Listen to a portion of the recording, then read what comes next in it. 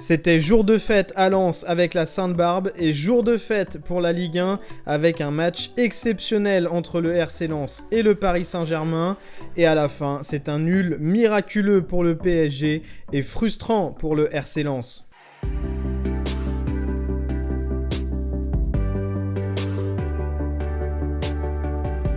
Du côté du RC Lens, Franck Hez alignait sa compo classique avec une défense à 3. En attaque, il faisait confiance au jeune David Pereira da Costa ainsi qu'à Arnaud Kalimuendo, le joueur prêté par le PSG. Mauricio Pochettino laissait lui Kylian Mbappé sur le banc pour lui donner un peu de repos. Mauro Icardi était donc aligné aux côtés de Messi et Di Maria. Marco Verratti faisait lui son retour dans le 11 de départ. Malgré la présence du métronome italien, le PSG se faisait bousculer dès l'entame par une équipe lensoise décomplexée et poussée par son public. Dominés, les Parisiens pouvaient compter sur un Lionel Messi en jambes. À la 18e minute, le récent septuple Ballon d'Or trouvait le poteau d'un Jean-Louis Lecca pris à contre-pied, un éclair au milieu d'une première période où les joueurs de Mauricio Pochettino semblaient déboussolés et multipliaient les pertes de balles. Heureusement pour eux, Keylor Navas était bien réveillé. À la demi-heure de jeu, le gardien parisien était ultra sollicité, d'abord sur un coup franc de Jonathan Klaus, puis une frappe d'Arnaud Kalimuendo ou encore une reprise de volée puissante de Cheick Doucouré. Navas était chaud, mais Jean-Louis Lecca l'était aussi. Juste avant la mi-temps, le PSG mettait enfin le pied sur le ballon et se créait deux énormes occasions. D'abord sur un centre de Messi, Icardi coupait la trajectoire au premier poteau, mais Lecca intervenait pour dévier sa reprise en corner. Dans la foulée, le gardien lensois réalisait une parade exceptionnelle sur sa ligne face à André Di Maria qui avait repris dans les 6 mètres un centre d'Hakimi.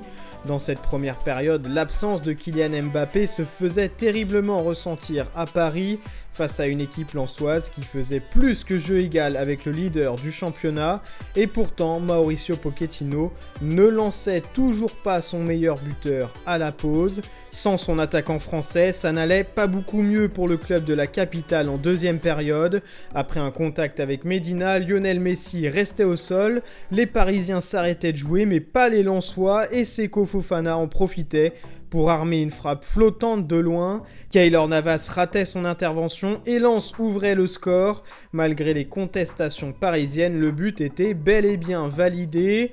Et après ce but lensois, le PSG se découvrait et partait à l'assaut du but de Jean-Louis Lecca. Mais en contre, le RC Lens était tout proche de doubler la mise. Servi sur un plateau par Fofana, Pereira da Costa ouvrait son pied droit mais trouvait le poteau de Navas. Après 70 minutes, Mauricio Pochettino se décidait enfin à faire entrer en jeu Kylian Mbappé. Après seulement 1 minute, le numéro 7 parisien se mettait déjà en évidence avec une tête repoussée par la muraille Lecca.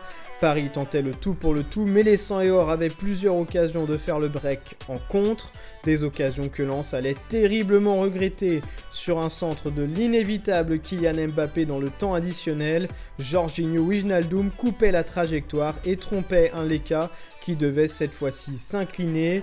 Lionel Messi faisait passer un dernier frisson dans le stade Bollaert avec un coup franc très bien placé, mais que l'Argentin envoyait au-dessus du but. L'arbitre sifflait la fin du match sur cette action et l'ovation des supporters lensois qui reconnaissaient la grande prestation de leurs joueurs malgré la frustration du match nul. Et voici les tops et flops de la rédaction de Made in Foot. Buteur et omniprésent dans l'entrejeu, Seko Fofana a confirmé qu'il faisait partie des meilleurs joueurs du championnat. À ses côtés, Cheick Doucouré a également réalisé un grand match dans la récupération notamment. Enfin, Jean-Louis Lecca a dû s'incliner en fin de match, mais il a longtemps été impérial avec notamment une parade incroyable. Du côté des flops, l'égalisation ne vient pas embellir la prestation individuelle des joueurs du PSG, à l'image de Mauro Icardi, très décevant alors qu'il devait remplacer Mbappé. Marco Verratti n'a lui pas eu son habituelle maestria sur le milieu de terrain et il est fautif sur le but lensois en s'arrêtant de jouer pour réclamer une faute sur Messi.